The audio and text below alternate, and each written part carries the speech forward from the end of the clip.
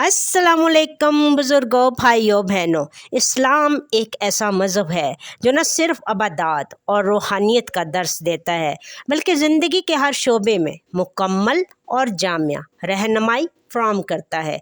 जंग जो कि इंसानियत के लिए एक नाजुक और हौलनाक तजर्बा है, इस्लाम ने इस मौजू पर भी नहायत मुतवाज़न और असूली नज़रिया पेश किया है।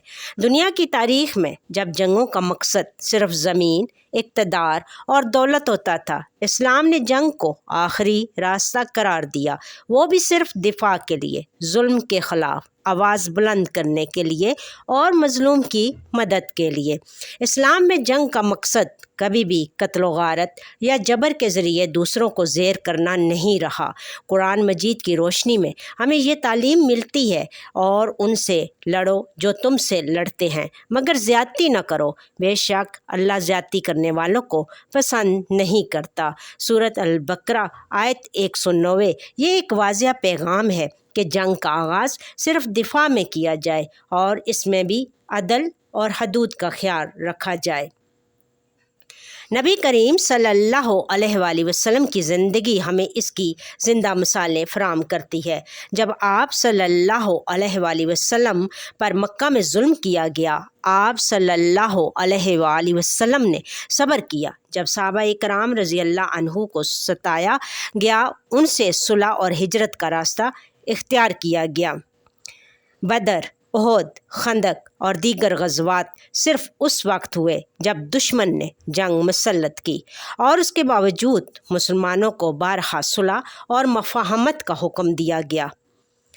इस्लामी असूलों के मुताबिक जंग के दौरान चंद अहम अहकामात पर अमल लाज़िम है।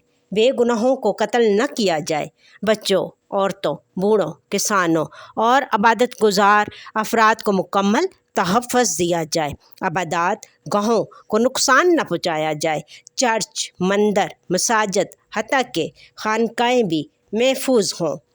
कैदियों के साथ हुस्ने सलूक किया जाए। नबी करीम सल्लल्लाहु अलैहि वसल्लम ने कैदियों को इज़्ज़त के साथ रखा, उन्हें खाना दिया और बाज़ को बग़ैर किसी तावान के रहा फरमाया। दरख्तों, खेतों, पानी के ज़खायर और जानवरों को नुकसान ना पहुँचाया जाए। मौलिहात का तहफ़्फ़ुज़ भी इस्लामी जंगी असूलों का हिस्सा है। नबी करीम सल्लल्लाहु अलैहि वसल्लम की हिदायत थी कि दुश्मन की लाश की बेहुरमती न की जाए, ज़ख्मियों पर वार न किया जाए, और अगर दुश्मन पीछे हट जाए तो इसका पीछा न किया जाए। उन तमाम अहकामात से साफ ज़ाहिर है कि इस्लाम में जंग सिर्फ आखिरी हल है और इसका भी एक इखलाकी दायरा है। सुलह हदीबिया इसकी अजीम मिसाल है, जब कफ़ार मक्का ने सख्त और ज़ाहिरन नाअदल मुआहिदा पेश किया। आप सल्लल्लाहु अलैहि वसल्लम ने इस पर भी दस्तखत किए, सिर्फ इस उम्मीद पर कि कुछ साल अमन में गुजरेंगे और लोगों को कुरान और इस्लाम को सुनने का मौका मिलेगा, और यही हुआ। बाद में इस्लाम को सबसे ज़्यादा फ़रोग़ इसी पुरअमन दौर में मिला, न कि जंग के ज़ोर पर।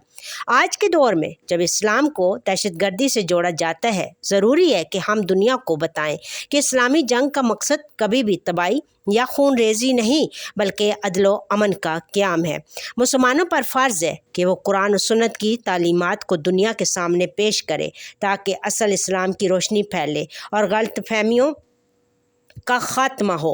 बस इस्लाम में जंग एक नज़्म व ज़ब्त से भरपूर असूली और आखिरी रास्ता है। ये ना जुल्म है, ना इंतकाम, बल्कि इंसाफ की आखिरी दीवार है। अगर दुनिया इस्लाम की इन हिदायत को अपनाते तो शायद जंग के मैदानों की जगह मुफ़ाहमत, अमन और भाईचारे की महफ़िलें सजने लगें।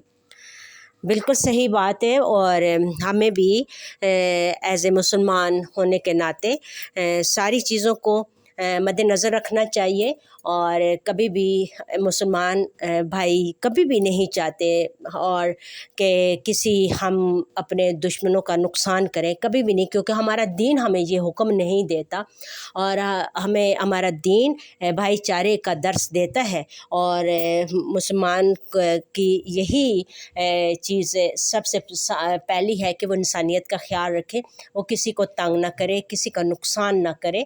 तो ایسا کبھی بھی نہیں ہو سکتا کہ مسلمان کبھی بھی کسی چاہے جس کا بھی جو بھی مذہب ہے مسلمانوں کے لیے سب قابل احترام ہے، اور ان چیزوں کو ہمیں مد نظر رکھتے ہوئے ہمیں انتشار نہیں پھیلانا چاہیے، ہمیں ایک دوسرے کو ایسی ایک دوسرے کے ملکوں میں فضا قائم نہیں کرنی چاہیے جس سے جوش و ولولہ بڑھے، یا جس میں دشمنی کی طرف بڑھا جائے، یا ظلم کیا جائے ایک دوسرے کے اوپر، یا ایسی بات سے بھی اجتناب کرنا چاہیے کہ جس سے ایسی فضا قائم ہو جہاں پہ کوئی ایسی بات جو ہے نا بہت بڑا ایک جنگ کی طرف جائے۔